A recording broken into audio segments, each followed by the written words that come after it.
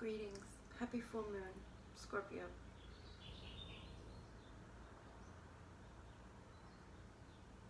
Opposite Sun, Taurus, and what that means.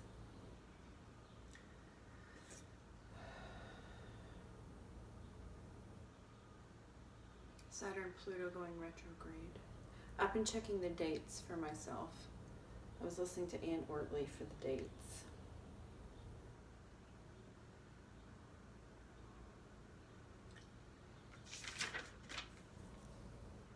November 7th, 2018. Oh wait, I'm sorry, this is for the moon.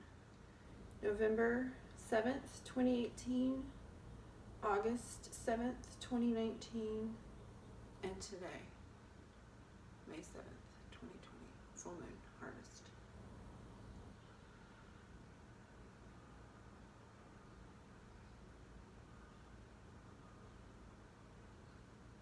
Saturn retrograde, February 5th.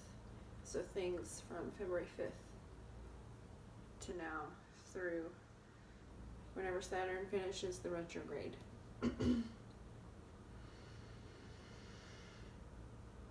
Pluto.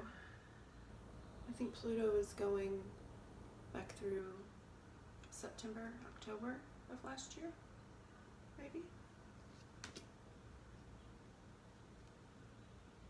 Themes.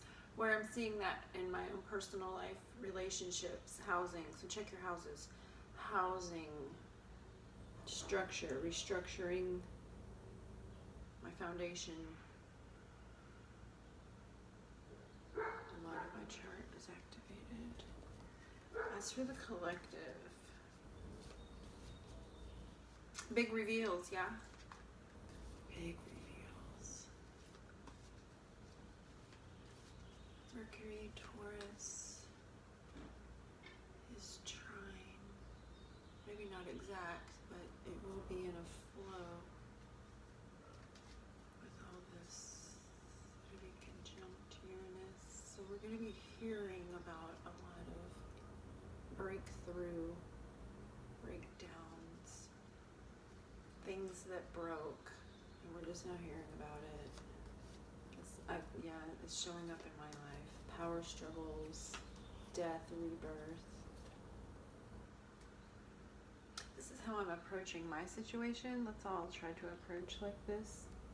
Grounding this energy. I'm waiting for Mars and Aries.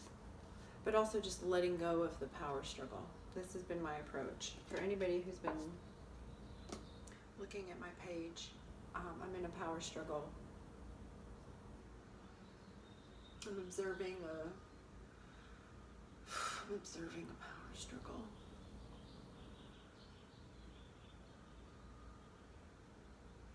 So my approach to this power struggle is to, one, just stay in my integrity. When energy comes up or when I feel someone projecting their fear at me, I just respond in my integrity. I'm following protocols and just being honest with everyone involved. But what not participating in the power struggle is looking like, for me, this is letting go. Just letting it go.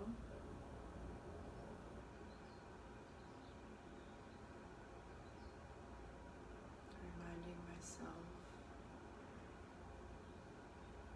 when I feel something coming in, let everyone get what they need. I call in archangel support.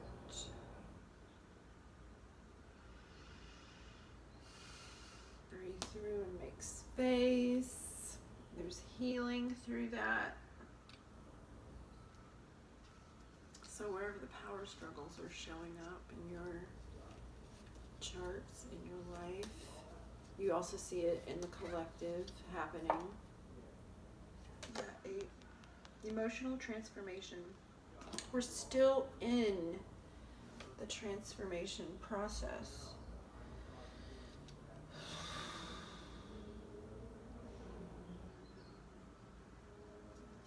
You know, when you bind someone in their energy, which I have to do a lot, or I do a lot actually. I bind people in their own thing. I wrap them up. My therapist helped me see that I shouldn't wrap people up too tightly because then they can spiral out a little. You know, like nobody wants to be trapped in a house of their own mirrors, you know. So give people a little bit of space, like just do one wall of mirrors and the other can be, you know, reflective glass. Just give people more space, ultimately. And so that has kind of like, you know, been my approach. Just breathe in. Rubber glue, you know, whatever you send me bounces off me, sticks to you times 3 or 10. And just stand back and let karma take it, you know, like I really work with, I don't want any karma entanglements. Give it to God and karma. Let Saturn restructure. This is also the power struggle I'm seeing. Again, notice Guy looking at the lute, strangling his familiar or whatever this is to him. Maybe shooting the messenger. He's dead. He's dead.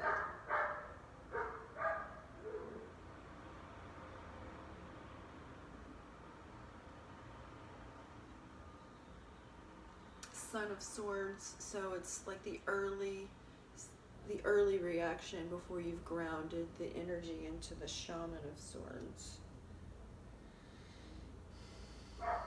Or the Priestess of Wands.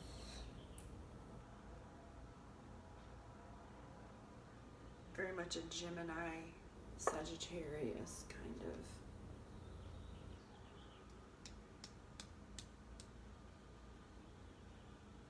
Polarity. Man, I struggle with English. Okay, so right now, the trapped feeling of change, there's a lot of that. These cards mirror each other and a lot of parallel each other, whatever languages you want to use. These cards parallel each other in a lot of ways, leading to this, and this is what we don't want, okay? We want to emotionally process through the Son of Swords.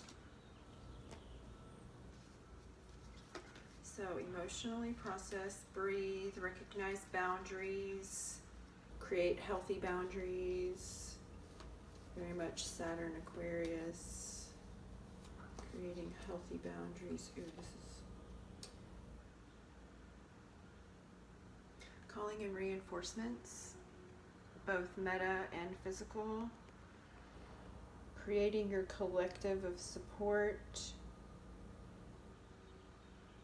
This is still in a mental energy, so brainstorming with your guides. Brainstorm with your guides. Call in your ancestors, call in your guides. I call in my guides. I call in my archangels that I work with, and any other archangels who feel like they can contribute positively to the situation. You're welcome to join. I call in my goddess support. I build up so much energy. I mean, I call in my dragons, my lions, my owls. I call in all my familiars in their meta. And this is why little dogs bite me when I walk by. Fraidy cat dogs freak out when they see a bunch of archangels and goddesses surrounding this lady, and they're like, and dragons, and they're like, what? And that's what this is. This is a little scaredy cat dog who bites the archangel lady walking by, or just somebody who's so protected. And that's why sometimes people react the way they do to me.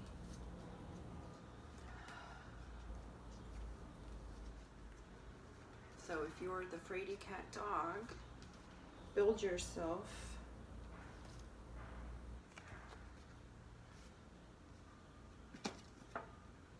into this. Get your boundaries healthy.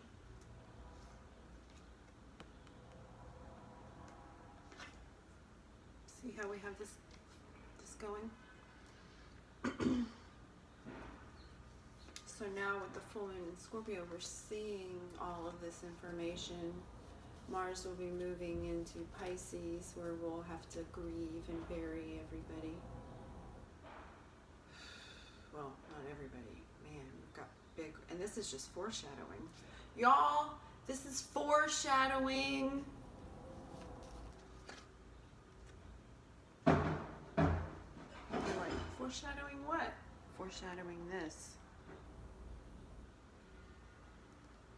Bottom of the deck. Get yourself in love consciousness. I'm telling you, Christ consciousness, love consciousness. It's very powerful. I know a lot of people think love and light. Those are ballistes.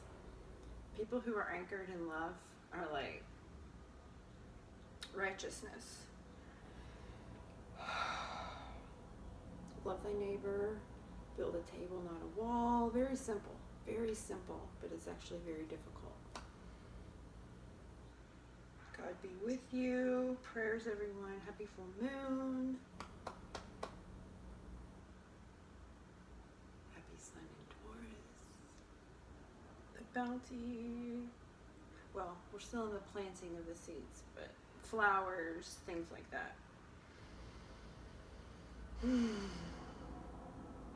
Cheers.